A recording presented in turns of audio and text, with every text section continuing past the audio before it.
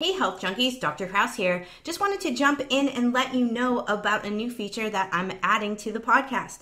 It's the ability to ask me questions. I've had a ton of folks tell me that they would love for me to cover their questions on the podcast, so I'm going to do it. So each week I will be adding a couple of questions that I'm going to answer to each of the podcasts. And if it's a juicy enough question, I just may dedicate a whole podcast to it. So if you're interested in asking a question, head on over to my website at drjkrausnd.com. Check out a blue button on the right-hand side that says Ask a Podcast Question. Hit me up there. Or you can also access the button through my podcast notes, also on my website. So head on over there, ask me some questions. I look forward to answering them soon. All right, let's get on with the podcast. Hey, Health Junkies! It's time for The Health Fix. Join your host, Dr. Janine Kraus, as she gives you a dose of what you need to know and do right now to take control of your health from the inside out, to rebel against aging, look damn good, fight stress, and laugh every day. Hello there, Health Junkies. Welcome to another episode of The Health Fix. I'm your host, Dr. Janine Kraus, and today's episode is all about how clutter stresses you out and breaks your brain. And this podcast is somewhat about how I figured this out about my patients and how it came together for me. Because obviously it's kind of a no-brainer. Yes, that makes sense that a cluttered home, a cluttered office, a cluttered car, etc. would stress you out, because we all tend to like organization, whether we want to admit it or not. But I don't think we really slow down enough to think about how our piles of paper, how our cluttered closets, how our piles of shoes at our entranceways really do affect our everyday function and how we function in the general source of a day. And one of the things that came to mind to really bring this podcast out is I have noticed, I've worked with a lot of patients over the years, and we work on helping them to breathe. We work on helping them to have chill spaces in their home. We work on the total stress response, but sometimes I don't think about what's going on in their home in terms of organization, systems, and clutter, because we focus a lot on routine. But we're talking about routine in terms of making sure they're eating every, so often. We're making sure that they're working out. We're making sure that there's a routine of relaxation during the day. But I haven't quite fully focused on systems, organization, and minimalizing the amount of crap in the home.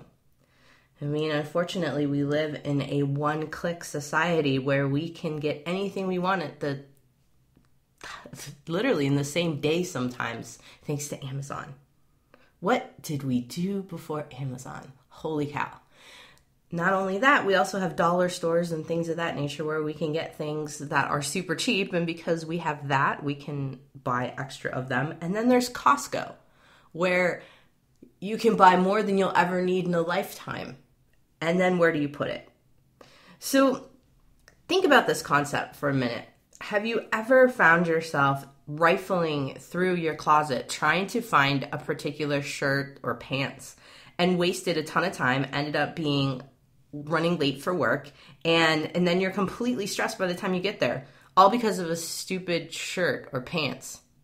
It's a common thing that happens. Now, another thing might be that you're looking for a piece of paper. Maybe it's a receipt, maybe it's a document. This could be something at work, it could be something at home. Think about how stressful it is to find that darn piece of paper and how much time you waste trying to find that darn piece of paper. Yeah, these are signs of clutter, but they're also signs of lack of organization and things that are contributing to your overall stress levels.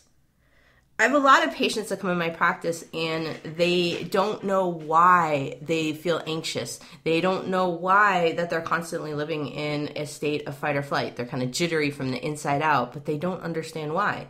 Well, a lot of times, life might be okay for you. You might have a great partner. You might have, a great family. You have nothing to complain about, but your lack of organization is what's causing your trouble. So ponder on this for a second. There's a British store chain called Marks and Spencer that did a survey of their folks, and they found that on average it took folks 15 minutes to get ready in the morning because of too many choices in their closet. That same population also noted that they didn't even wear 44% of the items in their closet. Does this sound like you? It resonated a lot with me. I thought, well, yeah, I actually have 2 closets because, well, I'm a girl. Let's put it that way. So it got me to thinking, too, about how, I do spend some time in the morning trying to find what I'm looking for. And up until a couple months ago, I didn't even have lights in my closets because I live in a really old home. And that was even more fun with me grabbing my flashlight and trying to find things. So think about how that day in, day out compounded my own stress levels. So another study in the UK found that the average person wastes up to 4.3 hours a week looking for papers. Holy cow, 4.3 hours. Think about what you could be doing with that time.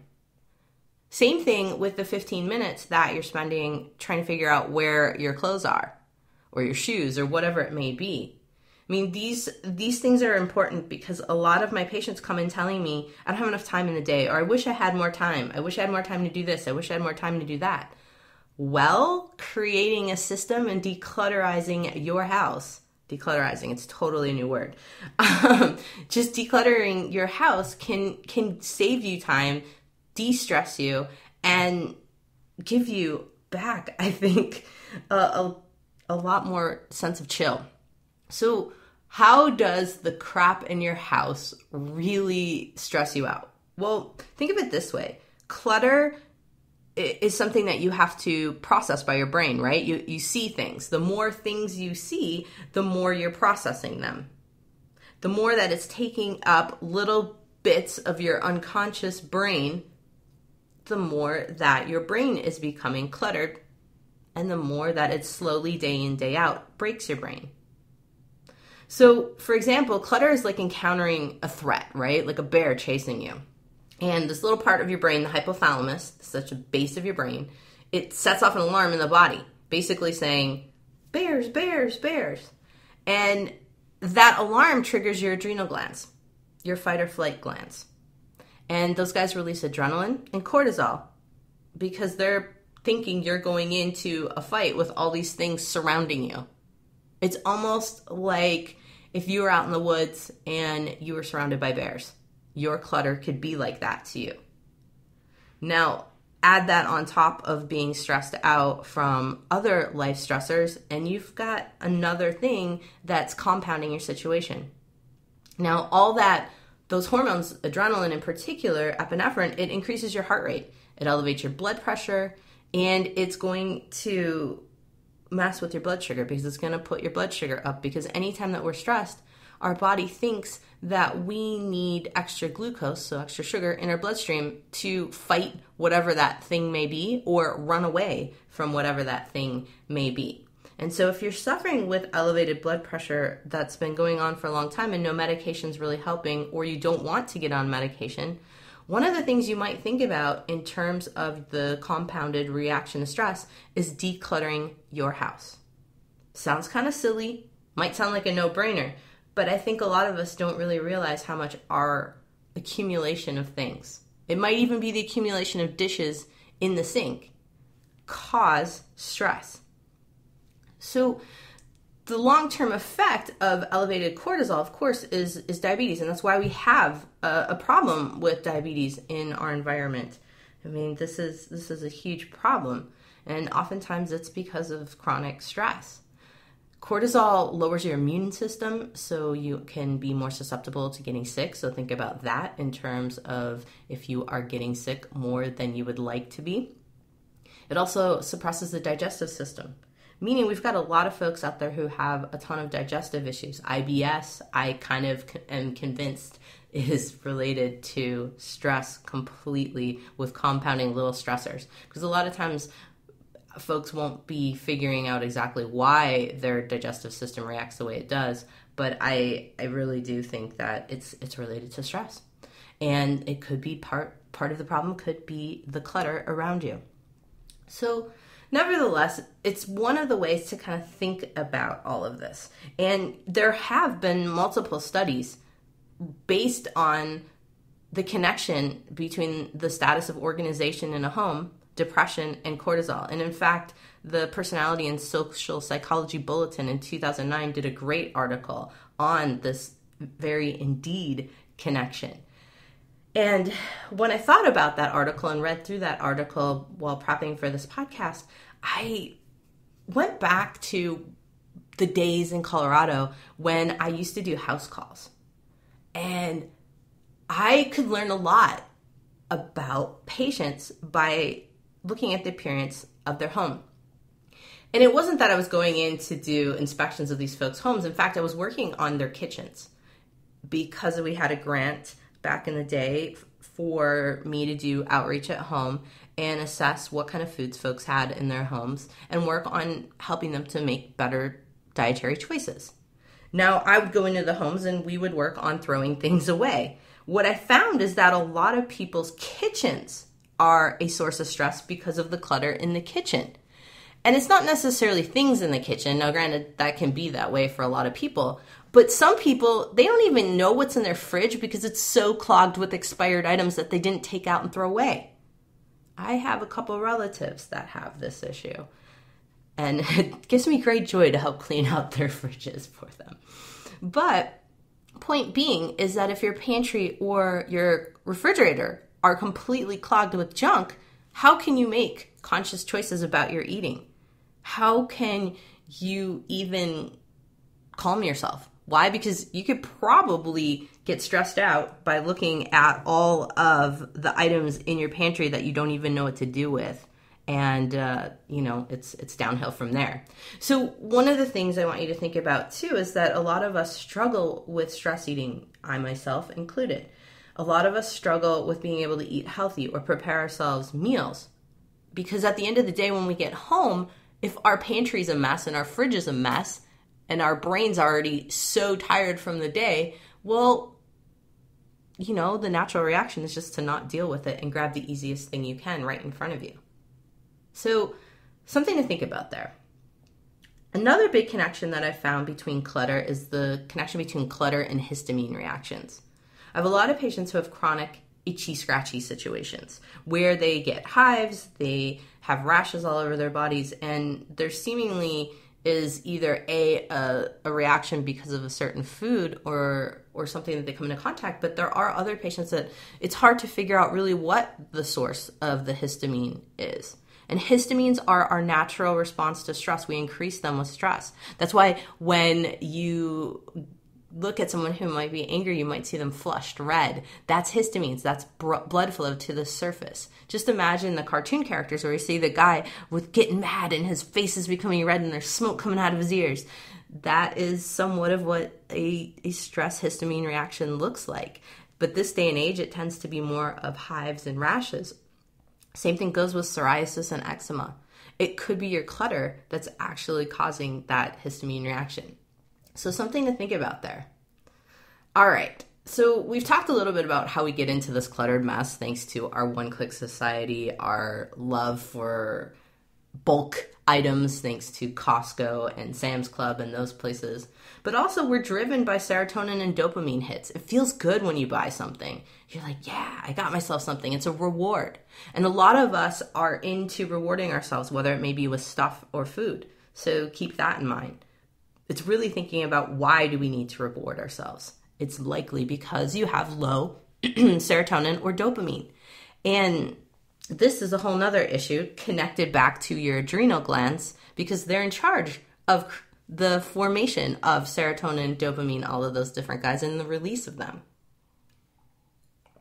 Now, you also release a lot of serotonin And most of your serotonin actually lives in your gut, but it is controlled by the fight or flight response. So we've got a bunch of folks walking around who are lacking neurochemicals, so their brain function, so they have broken brains. And the way that they're working to adjust this is by buying more things, by stress eating, by all kinds of other behaviors. But this is kind of a downward cycle here. It's a bad, vicious cycle of buy more things, feel better, then those same things that you bought to feel better make you feel worse. And so one of those things that I just wanted to mention in terms of this podcast to kind of get you to think about really what your home looks like, what your car looks like, what your office looks like. Now, another reason why we might be getting into these cluttered situations is looking at a transitional period. You know, if any type of change in routine, whether we started a new job, whether we had a kiddo, whether we returned from a vacation, these are all changes in time for us. And oftentimes when we get out of a routine, we end up starting to build up some clutter. Our systems go to shit. Excuse my language, but that's what happens. Now, we all have little systems, but a lot of us will tend to shift out of regular systems, and this is where things go downhill. This is why I ask my patients around the time when you started experiencing stress, or you started experiencing rashes, or you started experiencing X, Y, or Z symptom, did you have a change in routine? You'll be surprised to notice that most of the time when things go downhill for you, there was a change in routine. It might be a slight change in routine. It might be getting back from a vacation, but it's a change in routine. We are creatures of habit. We like routines. We like systems. And a lot of us do not slow down enough to spend a day creating systems, creating routines for ourselves. It sounds kind of dumb. A lot of us, maybe rebel against routine and synchronizing our lives. But the truth of the matter is so many of us are stressed out. So many of us are slowly breaking our brains. And maybe we're taking all the supplements to try to manage stress. Maybe we're taking, the steps to relax ourselves. But if we're not taking the steps to simplify our lives and make life easier on ourselves, we're still going to remain stressed in the end. Okay, so another big thing to think about here, and this is one that I find over and over again. The folks who are the most stressed and have the most issues with stress causing other problems, such as fibromyalgia, such as thyroid conditions, things of that nature, are the perfectionists out there. And it seems weird, but the perfectionists are go, go, go, do, try to achieve. They push it to the limits. They just keep going. But they don't slow down enough, just like I just mentioned. And perfectionism can leave folks paralyzed a lot. And because they want to do everything perfect and to the T, they often get nothing done. If this is you, this is a huge thing to admit, maybe to accept and own about yourself. I do. I basically fit into this category. And I've now started to accept it and figure out how to go from there and change my ways. And the first step in this case, as in this podcast and why I wanted to do it, is helping folks to declutter. So when you declutter, what is it really doing for you? Obviously, I've talked about the connection for cortisol, because the less things that your brain has to look at, the less it is going to take up subconscious space. The less subconscious space that is occupied, the more you have the ability to think and open up your creativity, which is pretty cool, because this is why folks like open spaces. So think about the last time, say you went to the beach, or you went to the mountain, or you went to some area of nature that was wide open. How did you feel? Chances are you felt great. You felt airflow. You felt things moving around you, whether it's gentle breeze or whether you just felt yourself just being calm in that particular space, or being at awe in the immense grandiosity of the particular thing, such as for me, it's always the beach. I'm just at awe at how it's just so immense in terms of looking at the ocean, or even looking at a lake such as Lake Michigan where I grew up. It's just deep for me to look into that and see the vastness. And that vastness is great for your brain because it is open, it is space for airflow. And when I say that, it can be applied to your house, because if you have things shoved under desks, you have things shoved under your bed, if you have anything cluttered anywhere, that's where it's piled up, you're reducing airflow in your home. You're also allowing for more dust and dust mites to build up on those items, potentially increasing your histamine, itchy, scratchy load too. But you're allowing your items to kind of close in on you. So when you declutter your home and you simplify what's on tables and countertops and things of that nature, you're allowing your brain to not have to process all of those different things. Now think about things that you may have in your home that are hanging around from years ago that don't really serve a purpose for you. Like shirts from high school. You know who you are. I found some of those in the back of my closet, and I always tell myself, yeah, I'm going to wear them at the gym, this, that, and the other. No, you're not. Just get rid of them. Move on from high school. Now, you might have jewelry that an ex bought you. Why are you holding on to stuff from the past? Get rid of it. So think about that in terms of certain items that you might be holding on to that are leaving you stuck. Because a lot of people I will talk to in my practice, they'll talk about feeling stuck in life. And a lot of times it's the things around us that are stuck in certain places collecting dust that we don't need. The tchotchkes. You know what I'm talking about? Those little things that you bought, the little trinkets and mementos that really, do you really need those? Think about that. All of that, when removed and you simplify what you're looking at, is really lowers your level of sensory overload, because the more things that your brain has to process, the more it's going to overload on you. So keep that in mind when you're thinking about decluttering your space. Also, when you declutter your space, you're allowing for your brain to not be as clogged, and you can be more creative. So if you're struggling with being creative in life, so say you're an artist, or say you're wanting to create something new, you're wanting to move on, you're wanting to move forward, these are things you need to think about. Now, another biggie that I find when I've gone to people's homes, and it happens at my house too, is entrances. Entrances and exits of the home become clogged with junk. You just come in, you plop your stuff down, and then next thing you know, you've got a mountain of coats. You've got a ton of shoes in the area. The entrances and exits of your home are areas where chi flows. So chi's energy, this is the Chinese term for that.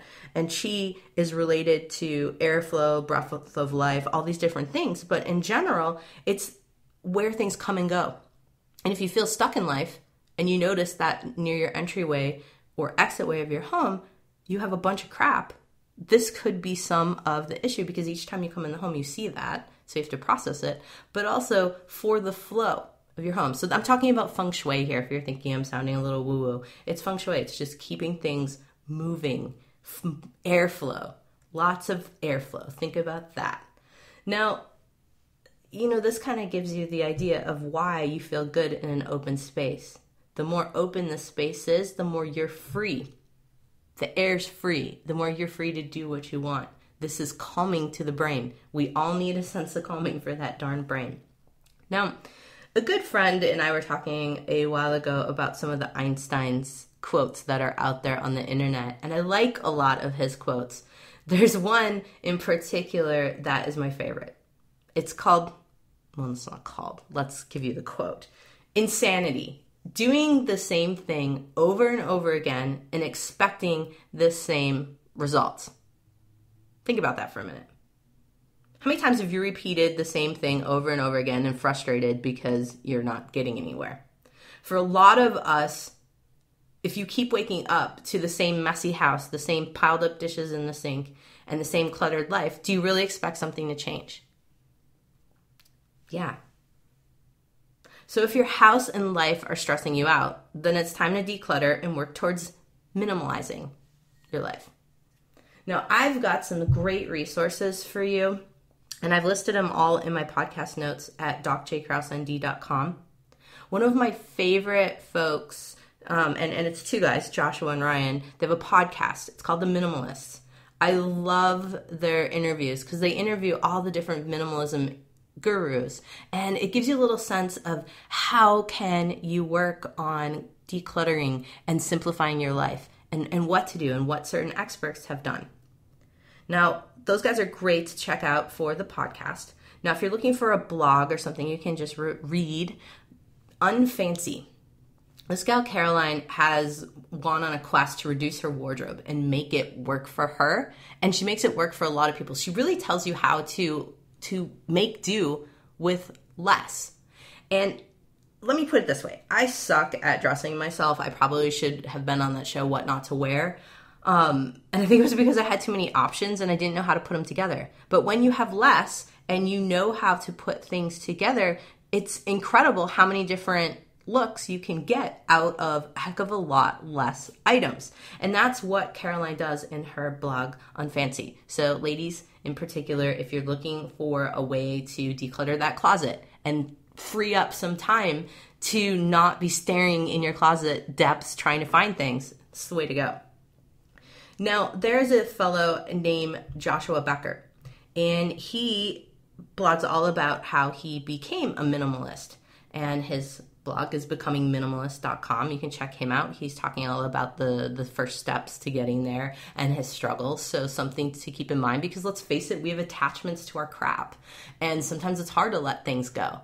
I will be honest, as soon as you start letting things go, though, you just want to keep doing it. It's kind of like crap. It's not crap, it's crack. Yikes. So I need to declutter my brain today. Now, and speaking of that, there is a fellow named Anthony Ungaro. He has a blog called Breaking the Twitch. And I like this one because it's decluttering your digital life. So a lot of us, I didn't talk about this before, but decluttering the digital life is important too, because I think a lot of us save things to our desktop. We open up our desktop and we've got a million things on there. And so we have to stare at that before we get into our day. Then not only do you go from that, you go into your email inbox and you've got 4,000 emails that you didn't delete. You just open them, move on to the next, open the next one, move on to the next. And that on top of looking at all of the unopened emails that you just got in your mailbox, that can be overwhelming too. And so these are other sources of stress. And if you're really trying to work on preventing your brain from breaking and calming your stress levels, you've got to look at your digital side of your life. I don't know how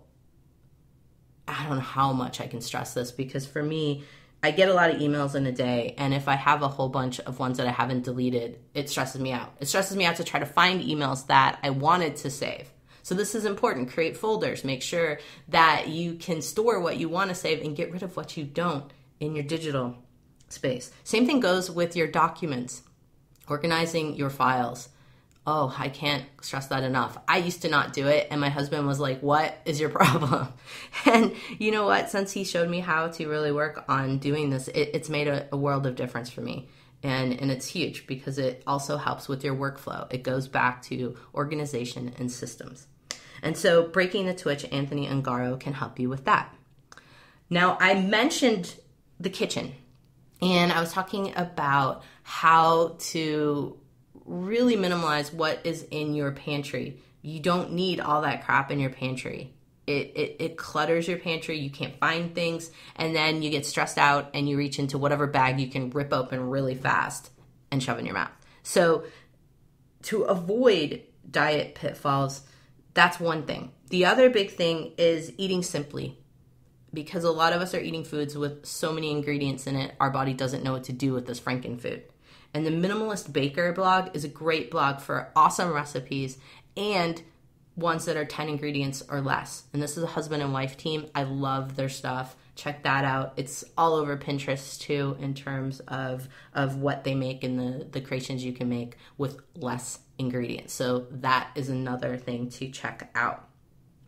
Now, as I've gone through all of these different resources, one of the big things that I want to end this podcast with is just thinking about how simplifying your life on so many levels and creating systems can help free up time for you. I think that is the way that I have found to get to people about getting rid of their stuff. Time. Because I have so many patients coming to my office saying, I wish I had more time to do this. I wish I had more time to work out. I wish I had more time for this, or this.